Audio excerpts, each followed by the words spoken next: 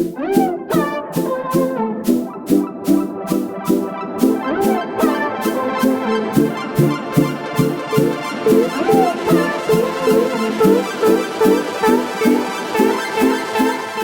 guys, and welcome back to my YouTube channel. Thank you so much for joining me for another one of my videos today. So today I thought, what do I feel cool to share? And I really wanted to cover meditation with you because although I talk about meditation left, right, and center, I haven't done many focused videos on different methods of meditation that I use or anything, you know, that I would say is like a must in your spiritual toolkit as such. So today I wanted to share with you 5 great ways to meditate. These are great for law of attraction. These are great for your spiritual practice as well. And meditation is just such an all-round hell yes in your spiritual toolkit anyway. So if you're familiar with my story, I got into meditation really young, from the age of 16, when I was totally not spiritually awakened at all. I was the complete opposite. I picked up a book on Buddhism and just really loved it, and just started to meditate each day, not with an outcome, not with exactly like I want to get this from it. I was like, this book sounds great. I want to be chill, I want to be relaxed, I want to try meditation. So I started it and did it every day for like 6 months. And at first I would just see darkness, I would see nothing. But it just used to really calm me and make me feel really peaceful. So it was just something that I loved to incorporate into my spiritual practice. And about 6 months later, I just started seeing this field. And I talk about this in my books, where I started to just see this field and it felt really serene and really safe and just a nice place to go to, which I call my happy place meditation. Where I just imagined this field and just let it come to me naturally. And from that, then I started having more, should we say, interactive meditations, where I would see guides, or I would see angels, or I would see, you know, I would see people in my meditation. And again, I've talked about this a lot previously. So that did take like a good solid 6 months. And at the time I thought I was tripping balls. I was like, I'm just making this stuff up. Like, clearly I've just got bored in meditation and this Buddhism book has not helped me at all, because I'm just imagining these wild, crazy things and people talking to me and guidance coming through, but actually it's quite reassuring and it's very true, so I'm gonna take it anyway. So it was quite, should we say, I didn't really believe the experience I was having at that age. But I continued to do it for years, all through the years of my depression, when I was in my bad relationships. You know, every now and again, like, I definitely stopped it, but every now and again I would go in and do this happy place meditation. And then once I spiritually awakened in 2016, I then took it up again, and the happy place was exactly the same as it was. And you guys know the story from Spiritual Queen, what happened. And yeah, it was just an incredible experience. So now my meditation practice from that point has just exploded with goodness. And I do a whole array of different meditations, and I really do feel meditation is the answer to so much in our life, as well as gratitude, of course. And meditation can just be done in so many different ways. That's the amazing thing, that we can do it in so many different ways. There is no really right or wrongs. It's a personal practice for you and your wellness and your mindset. So really, you know, whatever is going to serve you. And I definitely feel that you go through phases of meditation where you might feel called to do, I don't know, like angelic meditations, and then 6 months later you might feel called to do past life regression or something. Like, you know, there's different phases for everything with meditation, I found. And I think, you know, it's just really feeling guided, like allowing yourself to feel guided by meditation, allowing yourself to trust the messages that are coming to you, because I think that is the number one thing I hear from people of, how do I trust what's coming to me? How do I trust these are my angels? How do I trust that's their name? How do I trust what they've said? And the honest answer is, how does it make you feel? When it is intuition, when it is soul and it is truth, it will feel reassuring. It will feel like calm, peaceful and reassuring, even if it's something you don't want to hear. If it is ego, if you are making it up, then it will feel very reactive and triggery, and it won't feel like love. It will feel like a very fear energy. Whereas soul, angels, you know, your spirit guides, whatever you're connecting to or you're listening to, it will be from unconditional love. So even if it's something you don't want to hear, it will still feel from that unconditional love place. So that's how I always tell people to differentiate. And also as well, like when you go into your meditation again, is it the same? If it's the same, it's the truth. If it's not, then it's not. So that's how you can normally tell, is that repetition, is the consistency of the message or the name or the angel, whatever, and also how it makes you feel. So trust your intuition, because the more you trust your intuition, instead of seeking that external validation for whatever it is, whether it's a sign, a name, a person, whatever, if you're seeking that external validation, all you're doing is taking away from your intuition, when actually if you work on why you're not trusting your intuition, that experience will become so much stronger and solid for you, where you don't have to question, because you know it is the right thing or it is the right answer, because you've worked with your intuition and you're growing that intuition. It's like a muscle, like at the gym, you've got to grow it and work on it for you to notice those signs and synchronicities, and to almost like recognize what your intuition is. So for instance, one of my friends was saying that she always feels like a feeling in her tummy when it's true, and I don't have that personally, but some people do. So again, you might have some little traits like that, where you notice what feels like intuition and have a little tell or a sign to put that alongside what you know in your core and your truth as well. But it should always feel reassuring, to summarize that. So there are so many wonderful ways to meditate, and I would definitely say, if you're new to this and you're listening to what I'm saying, you're like, this is too far out there for me, keep it simple. Just go in like I did and meditate. Work on your breathing, breath work. You could do some mantra affirmations where you just repeat or put mantras out to the universe. Maybe you want to do a bit of manifesting meditation where you're visualizing your dream life and you're putting those intentions out there. Those are equally great meditations to do as well. So definitely you can use those for more of your kind of basic meditation.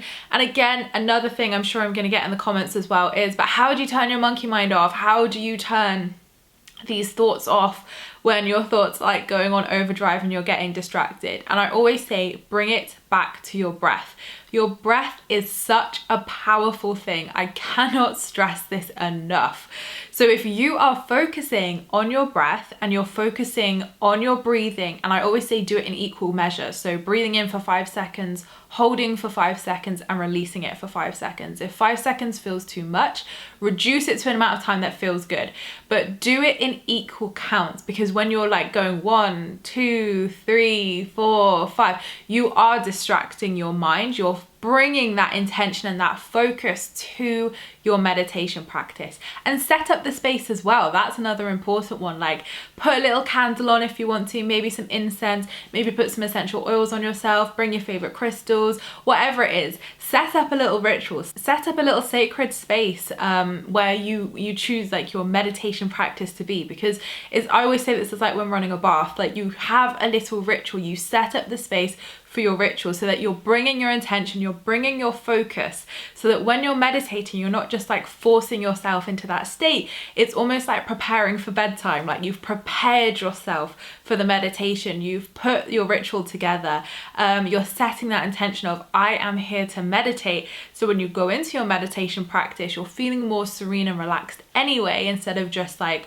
rushing around doing a million things and sitting down and being like, right, I'm meditating. If you're setting the space up, you're already going to be more relaxed. So do think about how you're setting up your ritual, your meditation practice, and focus on that breathing. And maybe for the first few times, you're just gonna have to sit there and breathe. Maybe you're not gonna see anything or even get to that place where you do feel able to then visualize something or do a guided meditation, for example. So breathe with it, focus on your breath, because when you can really focus and nail your breath, you will feel relaxed. You will. It's just a natural effect. It's like science has proved it. So you will just feel relaxed when you are really deeply taking that breath in, holding and releasing it, and focusing on that. So try the ritual setting up. Try that breath work as well, because it will really, really help you. And again, it's setting the scene. It's bringing that intention to your meditation practice. Okay, so now on to some meditation styles.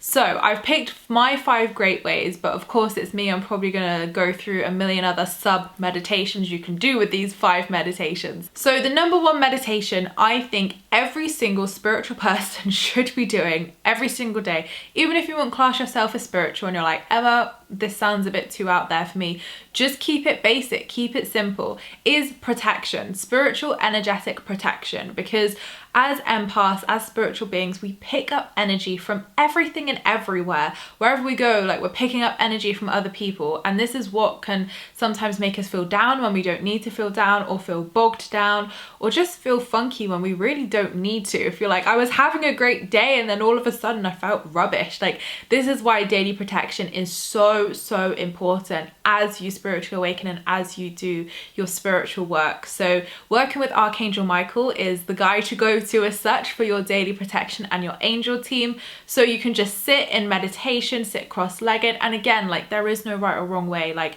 you can meditate while standing up folding the washing. You may not be able to do a visualization or get into that state as easy, but meditation doesn't have to just be sat on a yoga mat or sat on a yoga pillow cross-legged going like this. It doesn't have to look like that. Your meditation practice is your meditation practice. So you can do meditation even by just sitting there and just being mindful. Even that's meditation. So each morning, as you're doing your little daily practice, your spiritual routine, just sit in some mindful moments, close your eyes, take a few deep breaths in, and call upon Archangel Michael and your angels to surround you with divine white light, or angelic protective light. So you just imagine this white protective bubble egg surround you completely. And this is like your little bubble, your little protection. So working with the angels is fantastic anyway. I always recommend meditating with the angels, but specifically Archangel Michael is great for protection, and he's great for cord cutting as well. So cord cutting is, again, do some research on it if you're like, what the hell is this? Everybody we come into contact with, we have energetic cords with. Even if you talk to them once, you have energetic cords with someone. Obviously, some people you have big cords with, you have a big relationship with them. You might have a thin cord if you've spoken to them once in your life. But sometimes when that connection can become negative, or you want to walk away, or it becomes toxic, you are still receiving that energy from that person. There's still that cord to you. So cord cutting is great. And even if you don't want to cut someone off as well, just to say, you know, cord cutting is still beneficial for actually just cutting the negative ties to build another positive cord in its place. So when you cut a cord, it's not like you're cutting this person off, or you're like saying you're dead to me. Not at all. Not at all. It is removing the negativity so that whatever is for the highest good, whether you form a new cord and it's positive, or maybe you do walk away from that person, is entirely up to you. It's free will choice, remember. So cord cutting is a great one to do. You can find some great guided meditations here on YouTube. I've got a few on my website as well. So the angels are great for that side of things as well. So protection and cord cutting as well, to protect your energy and cut off any energy that you don't need coming to you, is great, because, you know, you want to be feeling your energy and being, you know, your energy being true to you. So always do that. That would be my number one meditation practice that sets me up for the day, has helped me so much, and is such an important one in any spiritual queen's toolkit. Another great meditation is actually breath work and yoga. So you may think yoga isn't meditation, what are you on about? But some of, obviously, when you're sat doing breath work within yoga, that is a form of meditation. So yoga and breath work does massively tie into meditation, and I would say it definitely is a form of meditation as well. So if you're into your yoga, if you're into your breath work, like I said at the beginning of this video, maybe you just need to do some breath work. Maybe you're not at that stage where you're going to be able to visualize stuff or see stuff, or maybe you're like, I don't even want to do any of that stuff. So breath work and incorporating that into your yoga practice as well is great, and a really simple basic way to just relax yourself, relieve any adrenal stress, like just be chill. You know, just breathe and relax and let go of the stress from the day. It's great. I love doing it every day in my yoga practice. Love doing that because it just relieves the stress of the day. I normally do my yoga in the evening, like just before I finish work, just because it really sets me up for my evening where I'm relaxed, I'm chilled, and I'm not carrying the stress from the day. So that's why I choose to do it at the end of the day versus at the beginning of the day. So that breath work is super important for me to calm myself, bring myself back into my center, ground myself, and really focus on my breath. And because I probably haven't been taking deep breaths throughout the day, so it's great to be able to regulate my breath, you know, relieve any stress and feel relaxed and at peace. So again, another simple meditation to do, but so effective as well. So another great meditation you can do is for letting go and surrendering. So if you're finding that you are particularly attached to your manifestations, or you're like, letting go and surrendering is so freaking hard to do, then doing a letting go and surrendering meditation can be really great, because it relieves that stress. It's taking that pressure off our human selves by connecting to our spirit self, by connecting to our angels, our spirit guides, whatever, and saying, you know, like, I need some support, I need some help, and there's nothing wrong with asking for that from the universe as well. So a great letting go and surrendering meditation you can do is imagining yourself in your happy place, whether that's a field, a place in nature, like just, you know, go where you feel called, let it appear to you naturally. And again, if you're not seeing stuff, give it time. You need to build it up, just like that intuition. Give it time and just allow whatever needs to flow to you to flow. Then once you're in your happy place, call in your angels, call in your spirit team, whoever you work with. Again, if you're not familiar and you haven't worked with them before, just set the intention of your spirit guides or angels coming into the space and just allow whatever needs to come through to come through. Just let it flow, let them appear, and don't question it, just be present with it. And see them bring this box to you, and within that box you're going to put in any stress. You could see it in symbols, visuals, write it on paper, do whatever feels good, and put these stresses and worries into this box. You can see it's like a golden box. And then see your angels and spirit guides. You could see them put this white golden light around it to protect it and transmute it away from you. So take the energetic pressure off you, and see them take it up to the universe. See them go and it physically leave you, and feel yourself relieved from that stress. It's one of my favorite meditations to do. So simple, and it's also just inviting in your spirit team, because they're always there to help you at any point. And it's just so much fun to do that meditation, because again, you're just saying, look, I've done my bit, universe, I'm ready to let go and surrender. You might need to do it a few times.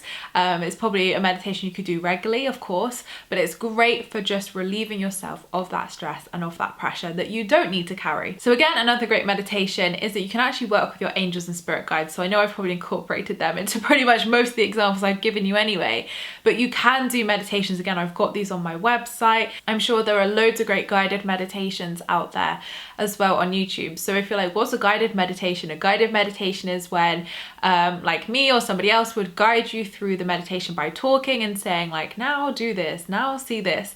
That is a guided meditation, and I do prefer guided meditations, to be honest, because then I'm just being guided and I'm like, yeah, I'm doing this.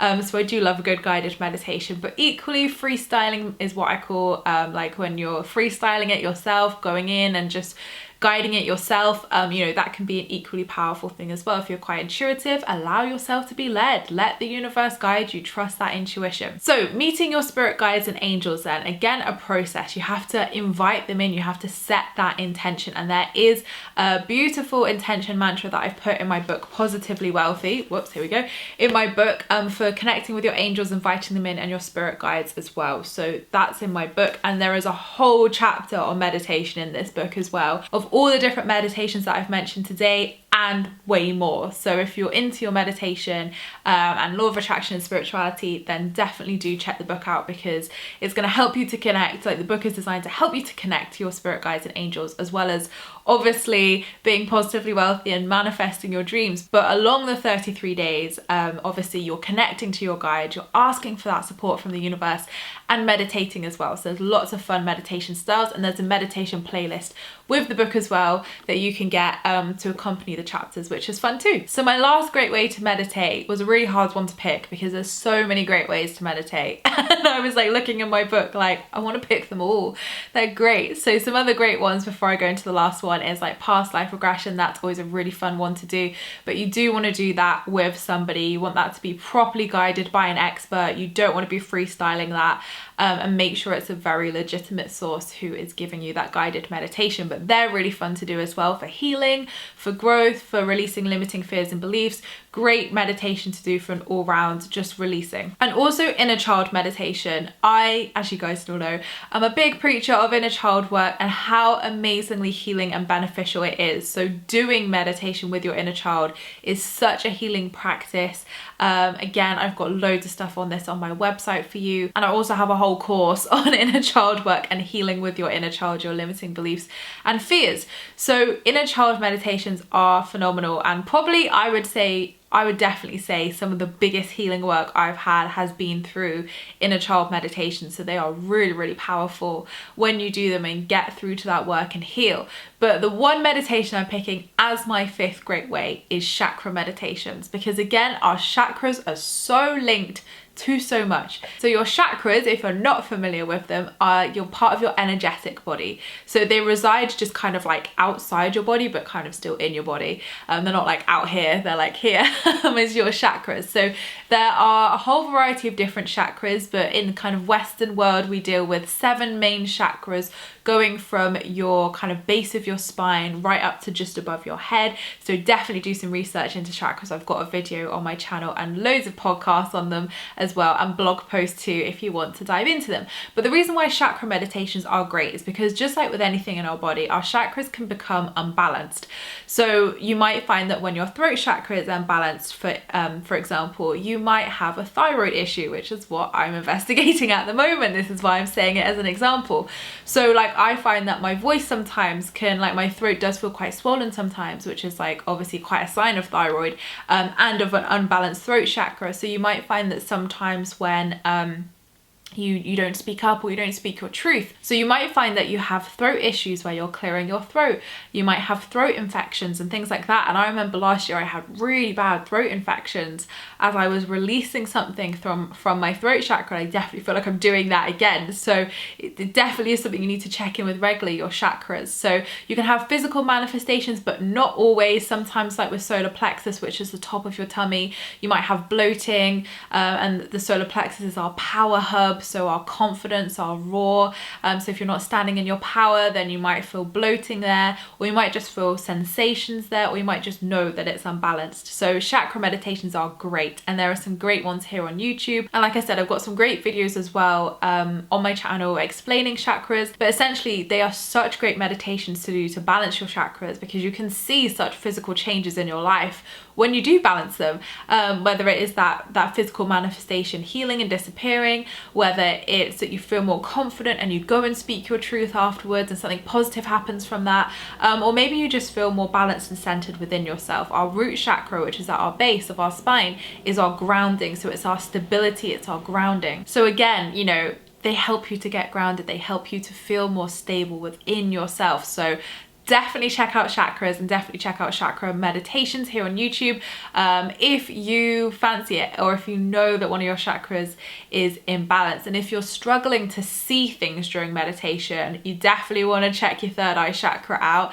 Do a third eye balancing chakra meditation, because that will help you to open up that inner vision, open up that inner eye as such, to be able to see during meditation. And again, that helps build your intuition as well. So there you have it, guys. There are my 5 great ways to meditate. I hope you have enjoyed them, and I hope you have lots of fun exploring them too. But let me know what your favorite ways to meditate are in the comments, because I always love to hear you guys' thoughts, and it'd be great to hear how you guys love to meditate too. So thank you so much, guys, for watching my video. I appreciate all your views and likes. Don't forget to subscribe if you're new here, because I would love to see you again soon. Don't forget to leave me a comment in the comments box down below, because I reply to them all. And you can also join my free Law of Attraction support group over on Facebook, where you can join myself and other like-minded souls, where we talk all things Law of Attraction and spirituality. I hope you have a great week, whatever you're up to, and I'll see you all in my next video, which will be next week. Lots of love, guys.